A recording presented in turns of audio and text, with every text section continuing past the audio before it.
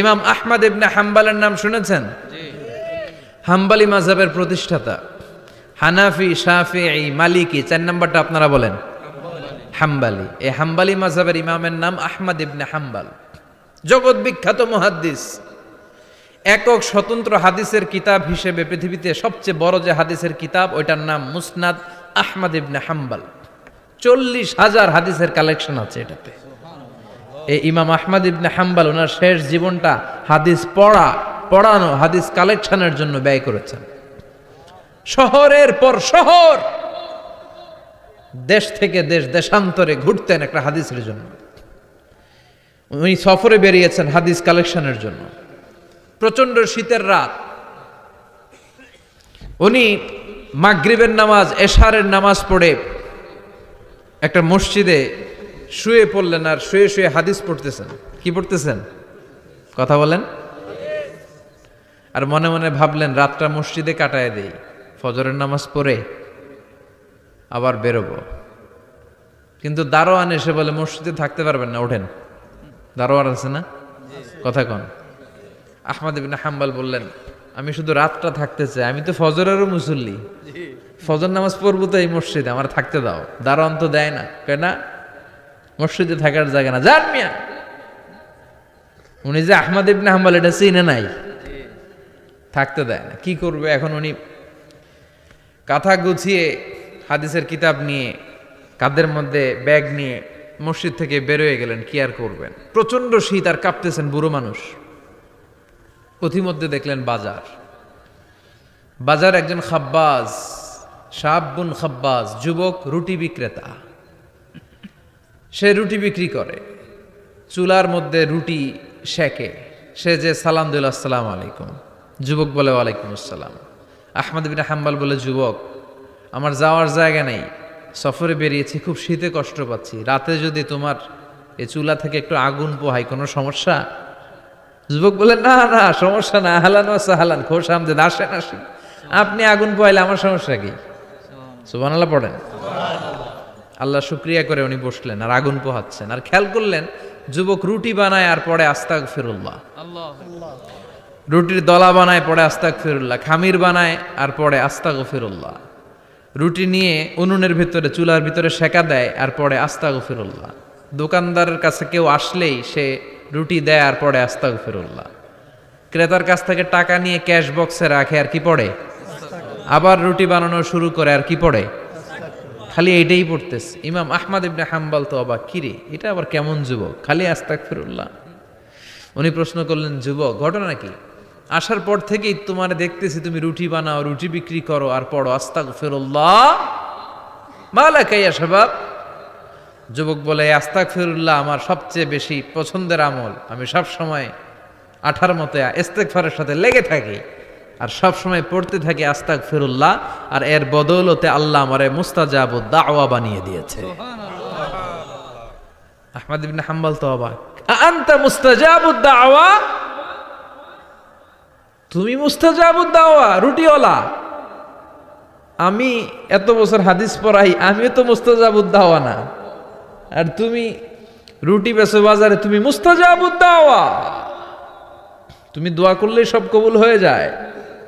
যুবক বলে নাম আনা মুস্তাজাবুদ দাওয়া, আমি আমার জীবনে যত দোয়া করেছি কবুল করে নিয়েছে কে? আল্লাহ। সব দোয়া কবুল করে নিয়েছে আল্লাহ, একটা দোয়া ছাড়া। কয়টা? আহমদ ইবনে হাম্বলের কৌতূহল, কিউরিয়াসিটি আরো বেড়ে গেল। কি? সব দোয়া কবুল হয়েছে, একটা দোয়া ছাড়া।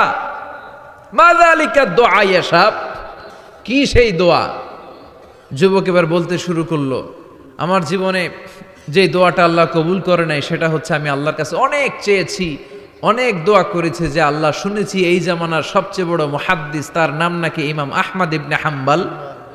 আল্লাহ তোমার কাছে আমার চাওয়া আমি যেন এই ইমাম আহমদ ইবনে হাম্বলের দেখে মরতে পারি,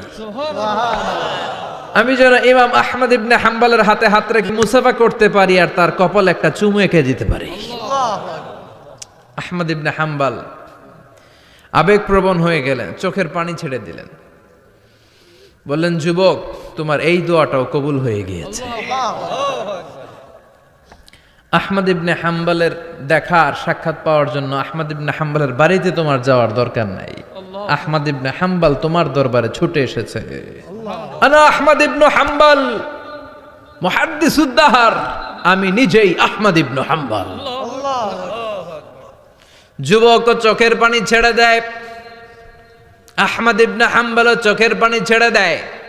যুবক চিৎকার মেরে ইমাম আহমদ ইবনে হাম্বলকে জড়িয়ে ধরে, হাতে হাত রেখে মুসাফা করে, কপালের মধ্যে চুমু খায় আর আল্লাহর শুকরিয়া করে বলে, ও ইমাম, আসলে এই দোয়াটাও আল্লাহ আজকে কবুল করে নিল।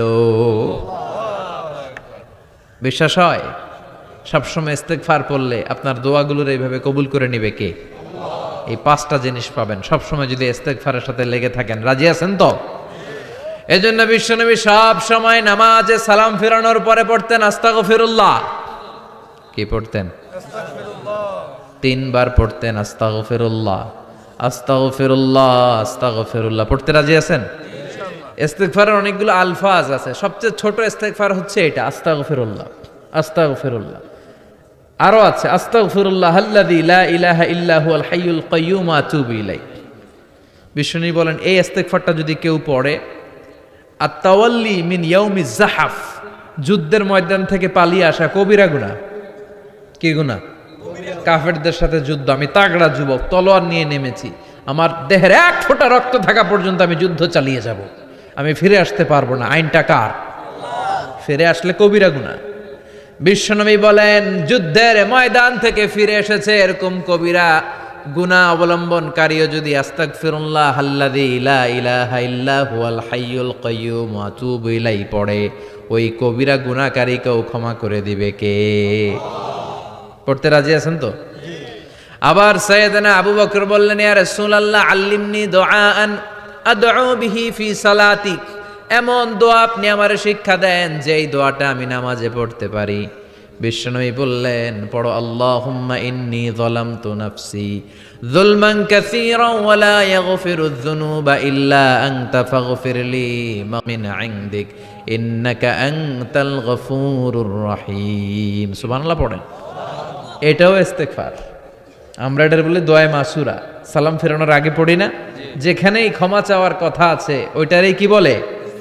ইস্তেগফার। আল্লাহুম্মা ইন্নী যালামতু নাফসি, আল্লাহ জুলুম করেছি, জুলমান কাসীরা, অনেক জুলুম, ওয়ালা ইয়াগফিরুয যুনুবা ইল্লা আনতা, তুমি ছাড়া এই গুনাহ ক্ষমা করার তো কেউ নাই।